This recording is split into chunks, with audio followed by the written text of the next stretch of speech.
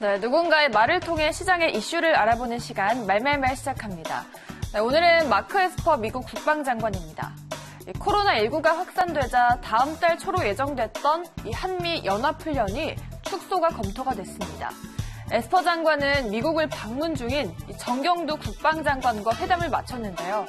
한미 양국이 연합 군사훈련을 축소하는 방안을 검토하고 있다라고 밝혔습니다. 또 정부가 임기 내 추진하려던 전시작전 통제권 전환에 차질이 생기는 것 아니냐라는 질문이 나왔는데요. 정경두 장관은 연합 방위태세에 지장 없는 범위에서 조정할 것이다라고 답했습니다. 한미 국방장관이 각각 축소 그리고 조정이라는 단어를 쓴 건 동맹 연습을 어떤 형태로든 진행하려는 의지로 분석되는데요. 또 다른 핵심 현안인 이 방위비 협상과 관련해서는 에스퍼 장관은 한국은 방위비를 더 분담해야 된다라며 압박했습니다. 또 이 주한미군의 한국인 노동자에 대해서도 이 무급휴직도 통보했는데요. 정경두 장관은 조건부 인건비 선타결을 제안하기도 하면서 해결 마련에 주력했다고 합니다.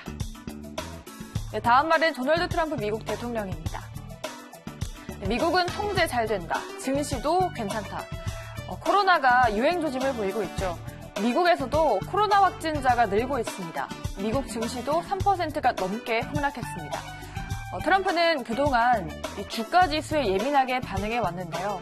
이렇게 경제에 제동이 걸리면 트럼프의 재선에는 부정적인 영향을 미칠 수도 있습니다.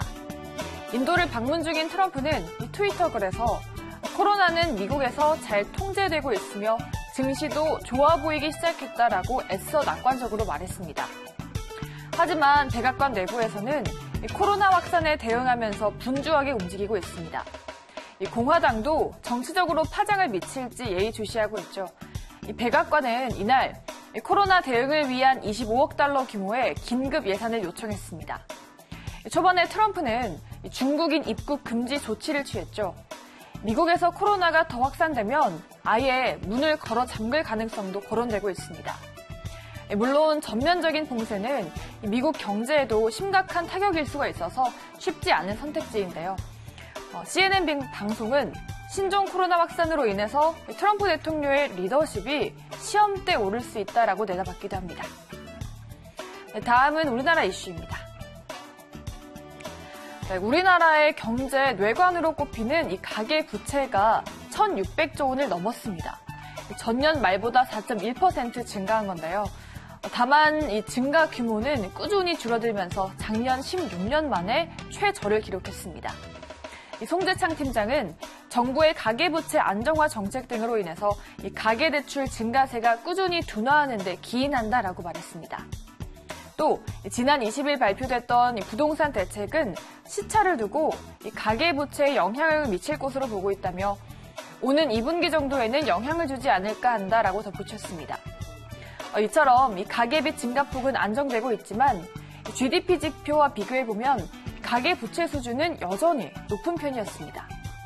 작년 말 가계비 증가율은 4.1%, 같은 해 3분기 명목 GDP의 전년 동기 대비 증가율은 0.4%를 각각 기록했습니다.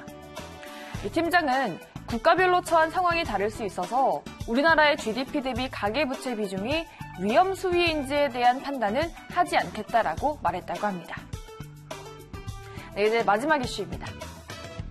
코로나가 급격히 확산되면서 네이버와 카카오도 전 직원 재택 근무를 결정했습니다. 카카오 자회사들도 본사의 방침을 따를 것으로 보입니다. 이렇게 재택근무를 권고하는 기업이 늘어나고 있어서 재택근무 서비스를 제공하는 IT 기업에 대한 문의도 폭증하고 있습니다. 이 원격 제어 소프트웨어 전문 기업인 알서포트에 따르면 원격 근무나 화상회의 서비스 등 재택근무 관련 문의가 2일간 폭증하고 있다고 합니다. 지금처럼만 간다면 일주일 사이에 2배 이상 재택근무가 늘어날 전망이라고 하는데요.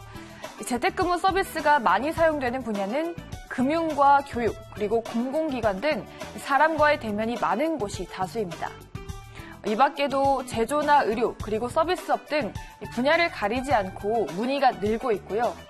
또 회의 규모나 재택근무자 수가 늘면서 무상 서비스에 의존하던 스타트업도 관심을 보이고 있다고 합니다. 네, 이렇게 오늘도 경제 핫한 이슈 4가지 모두 알아봤습니다. 지금까지 말말말 함께 하셨습니다.